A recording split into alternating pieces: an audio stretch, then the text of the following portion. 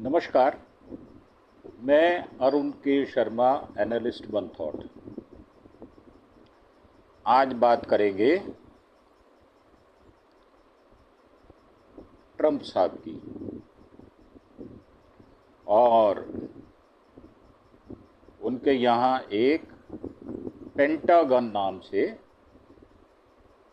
एक संस्था है और यूक्रेन को पेंटागन ने हथियारों की सप्लाई रोक दी है और राष्ट्रपति ट्रंप को इसकी जानकारी नहीं थी। अब जब जानकारी मिल गई तो ट्रंप जो है वो पेंटागन से नाराज भी हो गए और यूक्रेन को दोबारा हथियारों की सप्लाई भी शुरू कर दी। अब अमेरिकी राष्ट्रपति डोनाल्ड ट्रंप यूक्रेन को हथियारों की सप्लाई पर रोक लगाने पर नाराजगी जताई है।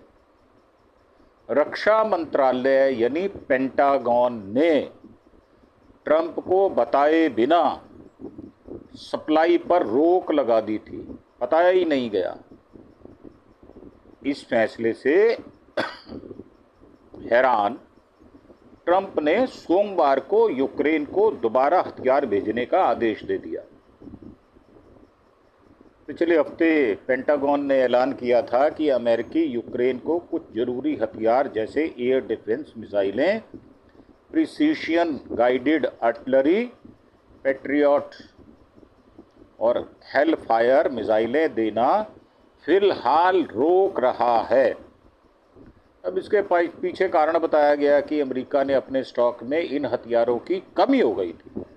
जो इन्वेंट्री होती है उसमें कमी हो गई, जिस पर अमेरिका के डिफेंस सेक्रेटरी पीट हेग्सेथ ने साइन किए थे, लेकिन ट्रंप को इस फैसले की जानकारी पहले से नहीं दी गई थी। एपी की रिपोर्ट्स के मुताबिक उन्होंने इस व्हाइट हाउस से बात किए बिना लिया गया कदम बताया है।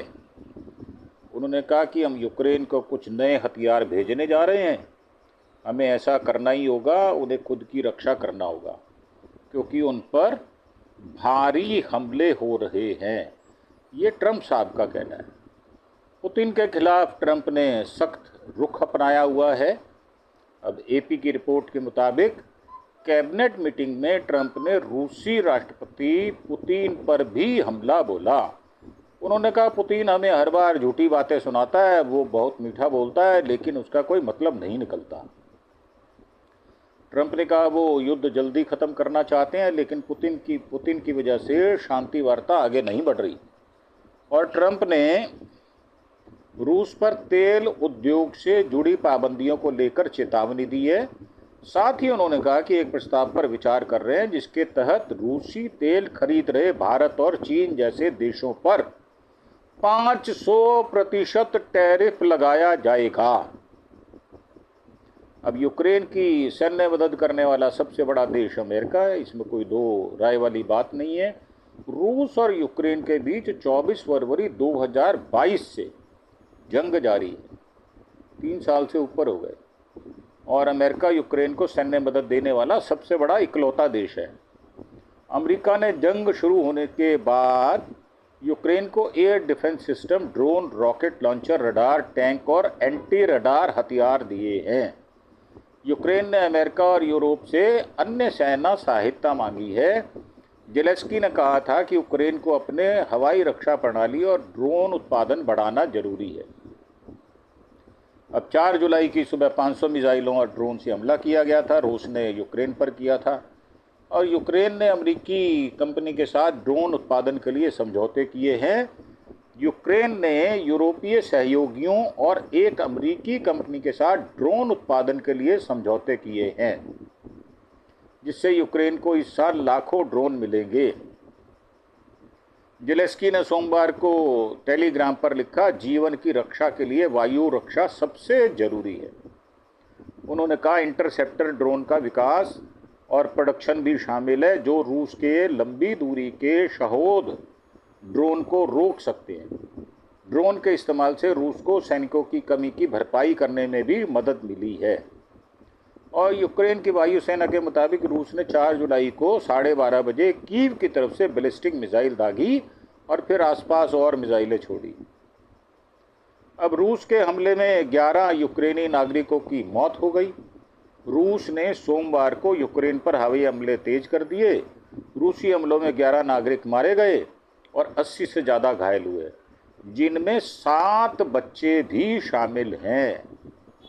अब यूक्रेन के राष्ट्रपति व्लादिमीर ज़ेलेंस्की उन्होंने कहा है कि रूस ने पिछले हफ्ते 1000 से ज़्यादा ड्रोन, 39 मिसाइल और करीब 1000 ग्लाइड बम दागे थे। और रूस ने यूक्रेन के सैन्य भर्ती केंद्रों पर भी हमले किए, जिससे खर्गिव और ज़पोरिजिया में 17 लोग घायल हुए। रूस ने दावा किया है कि उसने 91 यूक्रेनी ड्रोन मार गिराए हैं। अब ये क्योंकि चाहते हैं वो राष्ट्रपति कि ये लड़ाई चलती रहे और उनके हथियार बिकते रहें। और वैसे भी रूस जो है वो उनका ट्रेडिशनल दुश्मन है। विश्व में 2 बड़ी ताकतें, जिनमें पहला नंबर अमेरिका और दूसरे नंबर पर 2 लोग हैं, रूस और चाइना। ये आज से नहीं है, बहुत वर्षों से है। और वो रूस को हमेशा ही नीचा दिखाने की कोशिश करते हैं। गोर्बाचोव के टाइम भी अमेरिका के राष्ट्रपति हमेशा रशिया को दूसरी ताकत मानकर उससे दुश्मनी का भाव रखते आए हैं। और इस बात को 40-50 साल से ज़्यादा हो चुके। हम लोग बहुत छोटे थे तब भी इस प्रकार की विश्व की राजनीति को थोड़ा बहुत सुनते रहते थे। और ये बात पक्की है कि रूस के जो 12 टुकड़े हुए हैं उसमें अमेरिका का बहुत बड़ा हाथ है। उनकी जो खुफिया एजेंसी है उसने वहाँ पर बहुत अहम और बड़ा रोल अपनाया है, जिससे रूस रशिया जो है वो 12 टुकड़ों में विभक्त हो गया। और गोर्बाचोव को कमज़ोर करने में उस समय के तत्कालीन राष्ट्रपति अमेरिका के उन्होंने बहुत बड़ी भूमिका भी निभाई थी। तो मेरा मानना ये है कि युद्ध चलता रहे, ये अमेरिका की भलाई में है और रूस के नुकसान में है। चीन क्योंकि रूस का दोस्त है, इसलिए चीन अमेरिका के साथ नहीं खड़ा बल्कि रूस के साथ खड़ा है। चीन और अमेरिका की बनती नहीं है।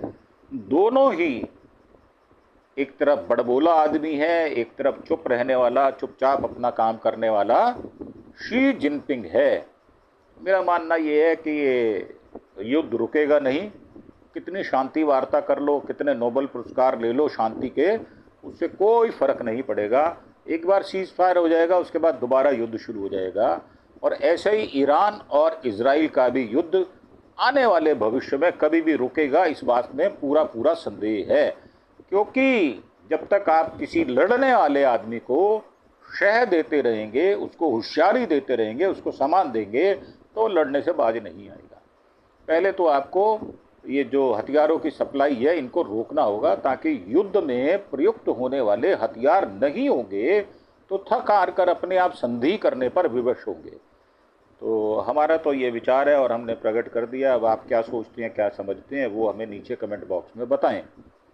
हम अपने विचार खुले तौर पर रखते हैं और इसमें हम किसी प्रकार का संकोच नहीं करते। इसी के साथ आपसे प्रार्थना, इस वीडियो को समाप्त करने से पहले, कि आप हमारे चैनल अरुण के शर्मा एनालिस्ट वन थॉट को सब्सक्राइब अवश्य किया करें। हम हर बार आपको अंत में ये रिक्वेस्ट करते हैं और हमें ज़्यादा सब्सक्राइबर की ज़रूरत भी है। हमारे पास बहुत कम सब्सक्राइबर हैं। पूरी जनता में हमारी आवाज़ जाती है, सुनते हैं, परंतु सब्सक्राइब नहीं किया जाता। और विशेष तौर पर मैं महिलाओं से प्रार्थना करूंगा कि वो हमारे चैनल को सब्सक्राइब करें। इसी के साथ आपसे विदा लेते हुए धन्यवाद। Thank you. जय हिंद, जय भारत।